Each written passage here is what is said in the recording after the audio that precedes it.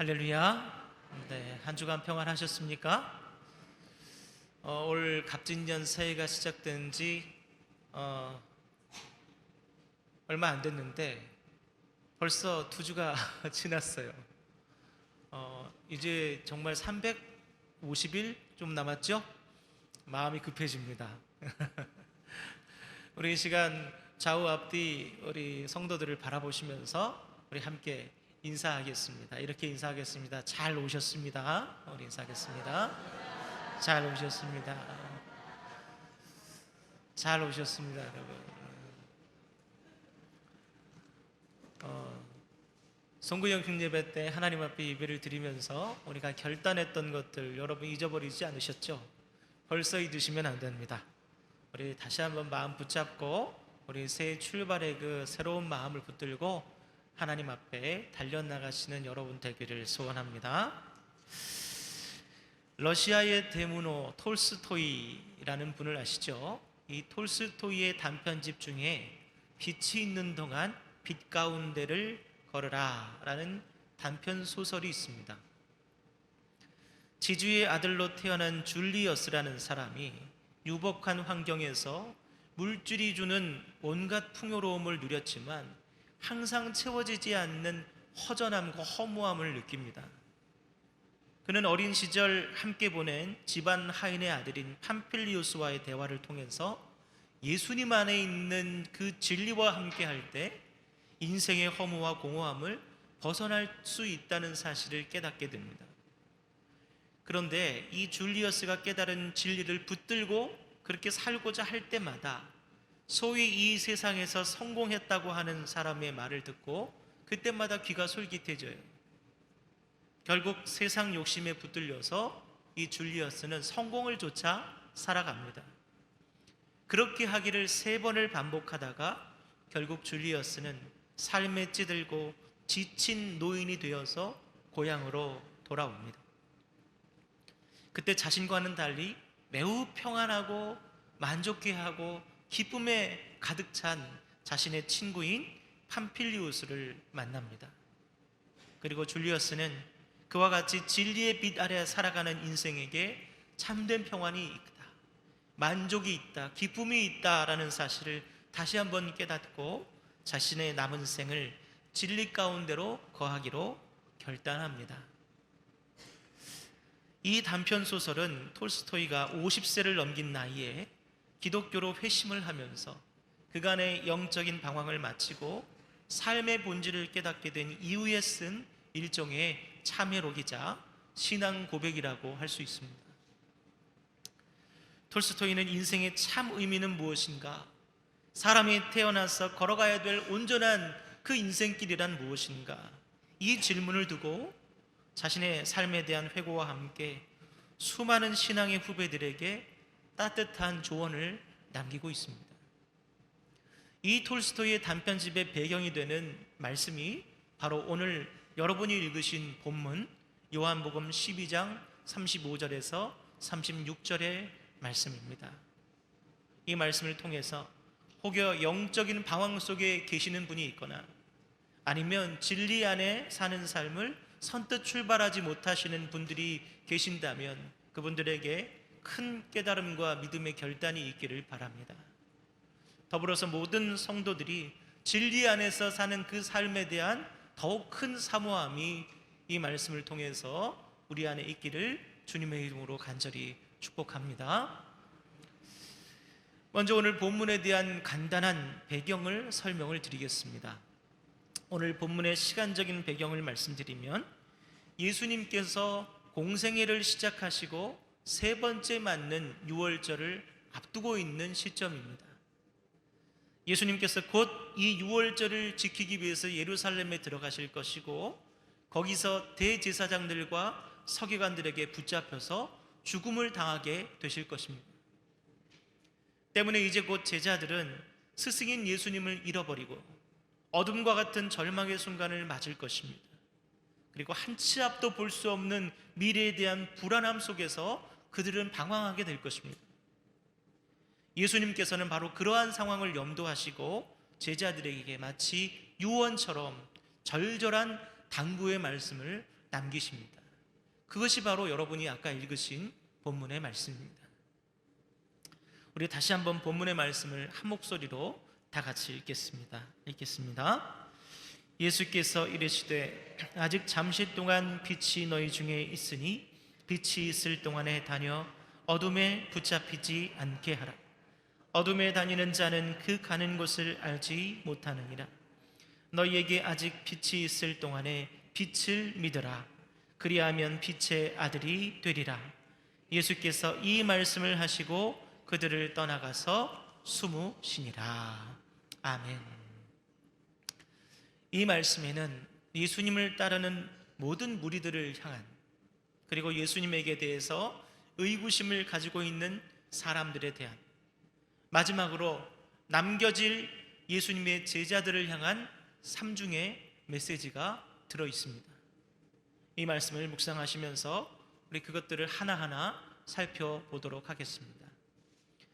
먼저 첫 번째로 예수님께서는 당신을 따르고 있는 모든 무리들에게 말씀하실 때 빛이 너희 중에 있으니 빛이 있는 동안 다녀서 어두움에 붙잡히지 않게 하라, 이렇게 당부하고 계십니다.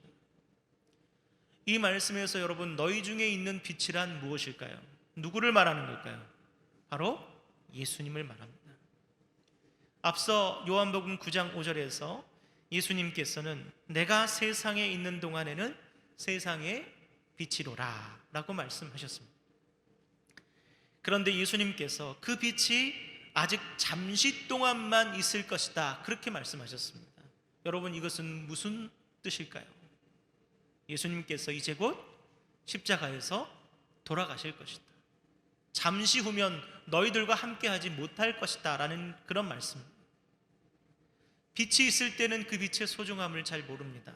그러나 정전이 되고 칠흑 같은 어둠이 몰려오면 작은 불빛이라도 너무 반갑습니다. 제가 어릴 때 정전이 참 자주 있었던 기억이 납니다. 갑자기 형광등이 탁 꺼져버리고 TV가 꺼져버리고 순식간에 그냥 깜깜해지죠. 저는 당시에 외아들이었고 부모님이 맞벌이를 하셨기 때문에 저녁 내내 혼자 있을 경우가 많았습니다. 그럴 때 제일 싫었던 것이 바로 이 정전이었어요. 불이 탁 나가고 TV가 딱 꺼지고 온 세상이 깜깜해지면 그때부터 이 찾아온 어둠이 저를 막 붙잡고 막 잡아먹는 것 같아요. 너무너무 무서웠습니다. 바로 그때 언젠가 저희 아버님이 정전이 됐을 때 꺼냈던 양초를 기억하고 더듬더듬 양초와 성냥을 찾아서 탁 하고 성냥을 켜고 촛불에 불을 딱 붙였을 때 방 안이 환해지지 않습니다. 그때 비로소 나를 붙들고 있었던 그 어두움이 스르르 사라져가는 것을 느끼고 마음이 평안해져요. 성도 여러분, 인생에는 마치 그 정전이 일어난 것처럼 예기치 못한 어둠의 순간이 반드시 찾아옵니다. 그리고 한 치 앞도 보이지 않는 그 상황에서 어디로 갈지, 앞으로 내가 뭘 해야 될지 알지 못한 채 방황하게 될 때가 있습니다. 우리 아이가 초등학교 1학년쯤이었을 때 당시에 섬기던 교회를 제가 사임을 하고 새로운 사역을 계획했습니다. 그런데 전혀 예기치 못한 일로 인해서 그 계획이 무산됐어요. 저희 가족이 이사를 가려고 이삿짐 센터를 에다가 이삿짐을 맡겼는데 갈 곳이 없어서 센터에다 6개월 동안 이삿짐을 맡겨놓고 어떻게 해야 될지 몰랐어요. 그래서 처갓집에 어쩔 수 없이 반년 동안을 얹혀 살았습니다. 그 일이 벌어졌을 때 1월 초에 그 엄동설안에 그 어디로도 갈 곳이 없어서 꼼짝없이 어린 아들과 아내와 길거리에 나 앉을 그 판에 참 마음이 어렵더라고요. 그때 그런 생각이 들었습니다. 아, 이래서 세상 사람들이 이제 나는 끝났다, 그렇게 생각하는 거구나. 그리고 또 한편으로는 아, 이래서 예수님 믿는 사람이 세상 사람들과 같은 선택을 하지는 않는구나. 처한 상황만 보면 딱 기가 막히고 앞이 보이지 않고 막막했지만 지금 예수님께서 나와 함께 하신다, 사막의 강을 내시고 광야의 길을 내시는 그 주님께서 내 앞길을 선하게 인도하실 것이다. 이 믿음이 제 안에 있으니 두렵지 않은 거예요. 그렇게 절망스럽진 않은 거예요. 성도 여러분, 예수님이 인생의 빛이라는 그 사실을 깨닫고 그 빛 가운데 살아가는 이들은 어두움에 붙잡히지 않습니다. 미래에 대한 염려와 불확실성과 절망 앞에 무릎 꿇지 않습니다. 때문에 예수님께서는 불확실하고 염려스럽고 우리를 암울하게만 만드는 그 절망의 어둠이 가득한 이 시대를 살아가고 있는 우리 모든 성도들에게 너희는 빛 가운데로 다녀 어두움에 붙잡히지 않게 하라, 이렇게 말씀하고 계시는 것입니다. 그러니 성도 여러분, 세상의 빛이 되신 예수님의 그 빛 아래 살아가시기 바랍니다. 그 빛이 여러분의 심령 가운데 항상 있게 하시기 바랍니다. 그래서 세상의 어두움이 아무리 짙더라도 여러분을 삼키거나 여러분들을 붙잡지 못하도록 하시기를 주님의 이름으로 간절히 축원합니다. 아멘.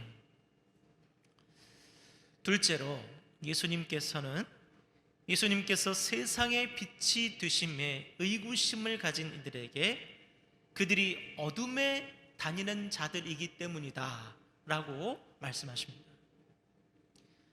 예수님께서 세상에 오셨지만 많은 사람들이 예수님이 이 세상을 구원하러 오신 빛이심을, 메시아이심을 인정하지 않았습니다. 그 중에는 하나님께서 택하신 이스라엘 백성의 지도자들인 대제사장들과 서기관들이 있었어요. 그들은 오랫동안 하나님께서 보내실 메시아를 기다려온 사람들입니다. 그러나 막상 메시아가 오셨지만 그들은 인정하지 않았어요. 왜 인정하지 않았습니까? 예수님께서 진짜 메시아가 아닐 것이라고 의심해서입니까? 그렇지 않습니다. 구약 성경에 예언된 그대로 예수님께서는 태어나셨고 성장하셨고 활동하셨습니다. 병든 자를 고치셨고 죽은 자를 살리셨고 악한 귀신을 쫓아내셨습니다. 오병이어의 기적으로 5,000명을 먹이시고 7,000명을 먹이시고 풍랑을 잠잠케 하시고 무리를 걸으셨습니다. 그들은 예수님이 메시아가 아니라고 믿은 것이 아니라 아니어야 한다고 믿은 것입니다. 왜 그렇습니까? 예수님께서는 그 이유로 그들이 어둠 속에 다니는 자들이기 때문이다 라고 말씀하셨어요. 요한복음 3장 20절을 다 같이 함께 읽어보겠습니다. 함께 읽겠습니다. 악을 행하는 자마다 빛을 미워하여 빛으로 오지 아니하나니 이는 그 행위가 드러날까 함이요. 아멘. 그들은 지금까지 누리던 자신들의 기득권을 포기할 생각이 없었던 거예요. 자신들을 위선자라고 비난하고 회칠한 무덤이라고 부르는 그 하나님의 아들 앞에서 그것을 인정하고 그 앞에 회개할 뜻이 없었던 겁니다. 그들은 자신들이 소위 하나님을 가장 잘 섬기는 이들이라고 했지만 정작 그들이 섬기는 것은 하나님이 아니라 재물이요, 권력이요, 명예였습니다. 그들은 어둠 속에서 사는 게 차라리 편안한 사람들이었어요. 때문에 빛으로 오신 예수님을 거절한 것입니다. 그들이 편히 살기 위해서는 예수님이 없어져야 했습니다.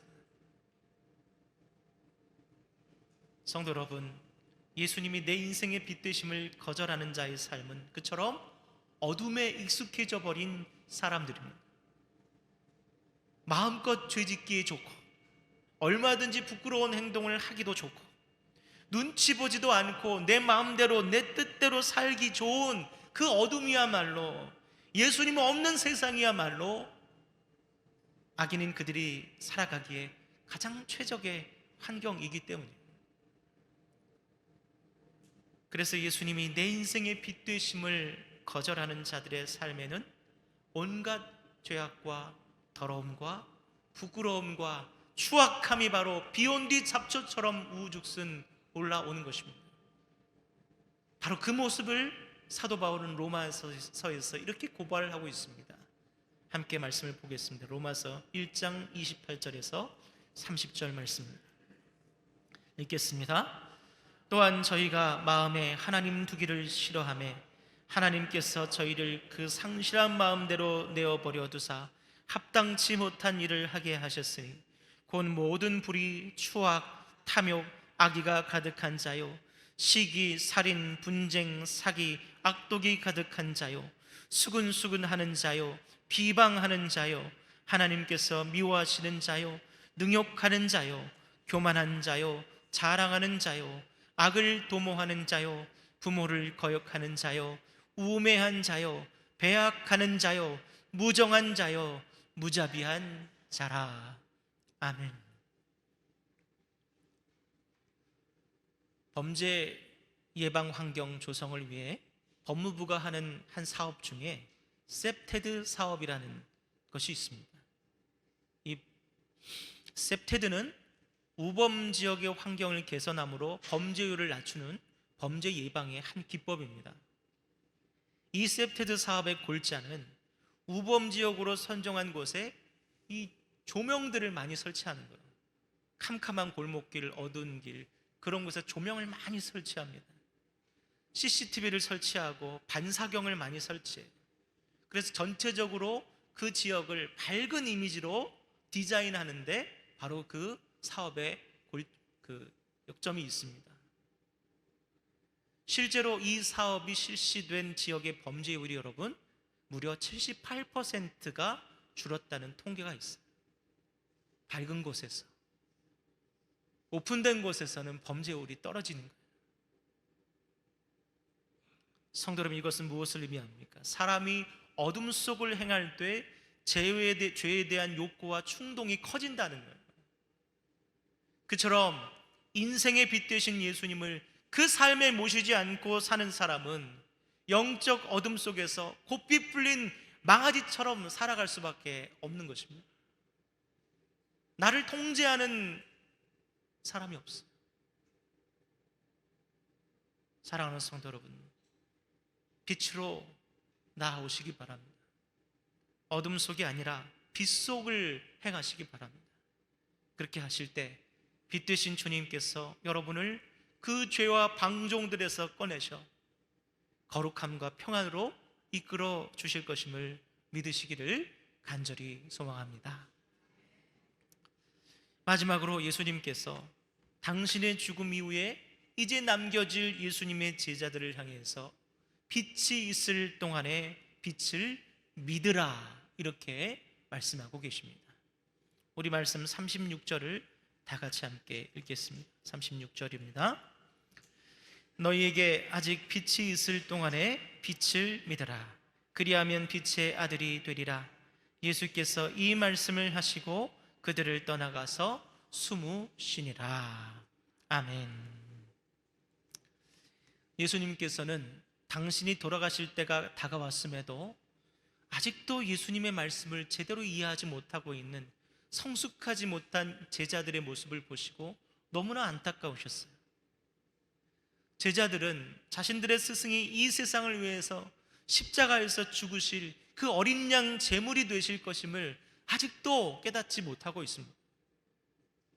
그들은 이제 예수님께서 곧 예루살렘에 들어가시면 거기서 왕이 되실 것이고 자기들은 예수님의 좌우편에서 호가호위할 것에 대해서 잔뜩 기대에 부풀어 있었습니다. 그처럼 그들은 빛 되신 예수님과 함께 3년이라는 시간을 동고동락했지만 아직도 어둠 속에 사는 이들이었습니다.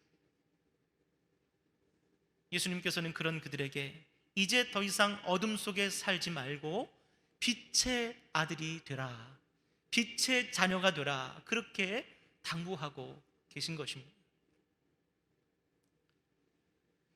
본문 36절의 말씀을 원문에 가깝게 번역을 하면 이렇게 됩니다. 너희가 빛을 가지고 있을 동안 빛의 아들이 되기 위해서 너희는 그 빛을 믿으라. 성도 여러분, 이 말씀은 무슨 의미입니까? 예수님이 우리와 함께 있는 것으로 우리는 예수님의 사람이라고 부를 수 없습니다. 예배에 이렇게 나와 앉아 있는 것만으로, 말씀을 듣고 있는 것만으로, 봉헌하고 또 축도를 받는 것만으로 우리가 예수님의 사람, 빛의 자녀들이라고 할 수 없다는 거예요. 우리가 진정한 빛의 자녀가 되기 위해서는, 예수님의 빛이 나의 빛이 되기 위해서는 먼저 예수님이 내 인생의 빛이라는 사실을 믿어야만 합니다. 여러분,